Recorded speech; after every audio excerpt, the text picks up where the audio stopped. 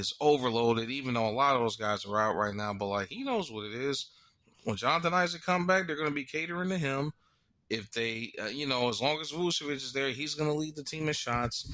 And another guy who should have been requested a trade, Evan Fournier, is really the bigger issue in that offense. And I mean, I know he puts up points here and there, but he's the reason why my man Gordon is not able to blossom, man. He's just playing behind and not getting the right kind of opportunities playing alongside these guys.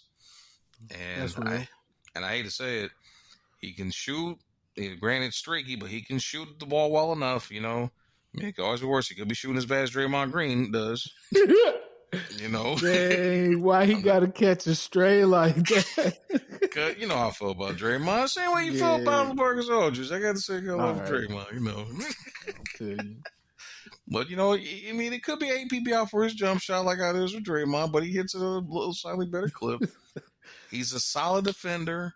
He's one hell of an athlete. I mean, the dude's We already know that. You already know that. The dude's a walking, put back dunk, alley-oop waiting to happen. Dog. And Poster. he's Jesus. I mean, let's go back to last year when he put your JaVale McGee on prime time. Like, yikes! Goodness gracious! Right? Just Gordon will think you definitely be like, look up, Marley, say cheese. For real, man. You ain't paying attention, man. Put you on a poster, but it's just I hate, and I know this is gonna happen because it happens damn near with every young guy that we throw in the talent too soon, or we keep there too long and they go elsewhere. Just think about this: we trade for Serge Ibaka, and we gave up Victor Oladipo and Domantas Sabonis, and they both go to Indianapolis after they both get exiled from OKC when they blew up that team for Paul George, and they become all-stars. They become all-stars. Wild. So I'm like, why is it every time we ship somebody out, they wind up like blossoming? Tobias Harris, granted not an all-star, but he's playing on a max contract now. Yeah. Elfrid Payton's found his footings to some degree in New York. Maybe not to the degree that he might have hoped for, but he's still in the league, And the Knicks are starting to become resurgent again. I'm just like, bro, like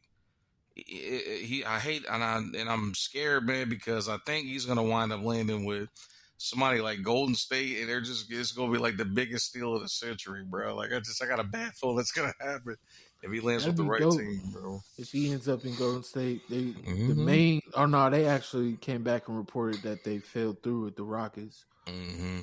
I was going to say the only thing that halfway would make sense with that is if they wanted to bring Victor Oladipo back home. Mm-hmm.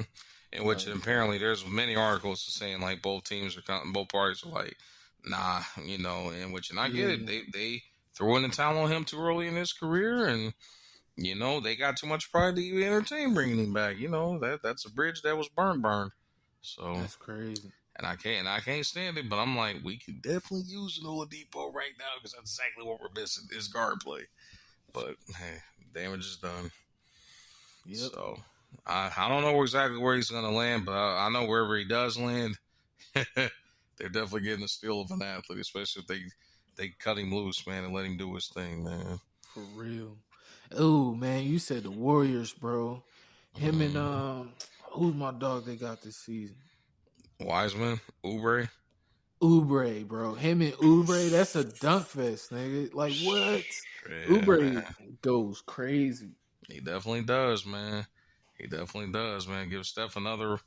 Draymond too. Granted, Draymond can't shoot, but he still can facilitate and still defend at a high level, man. That gives them another potent weapon that they could get the best out of, man, and probably getting even better looks than what he's getting right now in Orlando. So, man, we didn't touch on that either, Pauls, with the injury segment. Steph, how long is he out for? Not quite sure, man. I don't think his situation is as dire as the other ones. I think he's projected to come back much sooner than those other guys, and I think it might be rest. You know what I mean, like too. But yeah, I don't think his injury is as significant as the others. He probably just got a bruised tailbone. Them steps being like that right there was weird as hell, bro. Like either make them bigger steps or don't have them shits there. Like that shit is crazy. Just get them out the way, bro. It's so unnecessary. Metal steps. Jesus. Such is life, man. What can you say, bro? For real. Unless, especially right now with all this mess going on, you would think, man, they would be like, "Oh, okay, we probably don't need this right here." For real, bro. But how much do you think these recent injuries play into the upcoming trade deadline? Well, obviously, I think um, the big question mark, which he was next on my list here, as far as like where we were heading to, I think Andre Drummond is a big X factor because he could possibly shift the power in favor of either team that's looking to land him. Because I know that the Nets are still somehow going to try to make that work and land him if he gets bought They out. need to chill, man. They definitely need to. And I know the Lakers are thinking about bringing him in too. They definitely want to bring him in. Like he's I at the rock with that. and I just think simply because like how the roster's set up right now and the fact that AD's like we don't know where we're gonna get with AD when he does come back. I think he Yeah, can help them out immediately and give them exactly what they're missing. real So talk. AD been banged up too, man. I think a lot of his mhm. injury is just like resting. You know what I mean? Trying Fatigue to, coming off the bubble, man. Yeah. man, all that. But yeah, man. But that team fully assembled, bro. Drummond at the Mm-hmm. center. I don't know.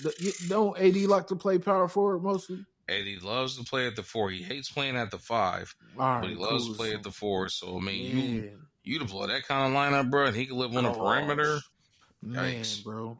And the rebound, like the rebounds for the Mm-hmm. shooters, Bron doing his thing, bro. Like that's insane. That would I'm gonna Mm-hmm. assume push Mark Gasol to the bench. He'll probably take him out the rotation altogether, which, who knows, it might be a good thing. He might need to be a situational big man at this point in his career. Um, Mhm. but I mean, just imagine now where you see like Montrez's shortcomings. I mean, you see Harold's shortcomings, due to his size, dealing with some other big men. Now you replace that with DeAndre Drummonds of the world going up against a Gobert or going up against a Bro, Nikola Jokic, man. That's a big difference, man. that is. And then too, man, that yeah, that would save him too in this stretch of Mm-hmm. missing LeBron. Mm-hmm. I would I think definitely so. rather see him on the Lakers than the Nets because it's like, bro, let Claxton, you know what I mean, come Mm-hmm. into his, you know what I mean, bro. He's nice, Loki been a you know steal, what I right? mean. Yeah, like Yeah. you, bro. Especially with Blake Griffin being added, you know what I mean. He's not gonna Mm-hmm. play the centers and stuff. I just said, you know what I mean, mad times, bro. Oh, My you good. bad. Janine is rubbing off on me, bro. But with Blake Griffin, it's like, bro, it just takes me back to that Charles Barkley LeBron in 2017, I think, when he Mm-hmm. was like, "Well, do you want to play with everybody? You don't want to compete?" And then LeBron got salty. It's like the same would apply here, bro. Like y'all got enough. Y'all need to chill. If y'all get anything else, it needs to be peace players, not no Andre Drummond, bro. Like, Yeah, man. Like, how much more do you need, bro? Like, bro, you want it jeez. to be zero competition? Come Right. I on, mean, man. just I don't know, bro. I don't know. And They then they too, definitely don't need him. yeah, I don't want to see him going from the whole team in Detroit to then going to just a no, you know what I mean? Nobody on the roster if he goes to the Nets. Then he's just pretty much a rebound Yeah. person. He's not really a part of the plan. Like, No, I he don't ain't know, part man. of the plan, man. It's simply he's a hired gun in that case, man. And I just don't Yeah, like that. bro. I don't like that in general, man. It's just not a long term fit. You know what That'd I'm be saying? trash. For sure.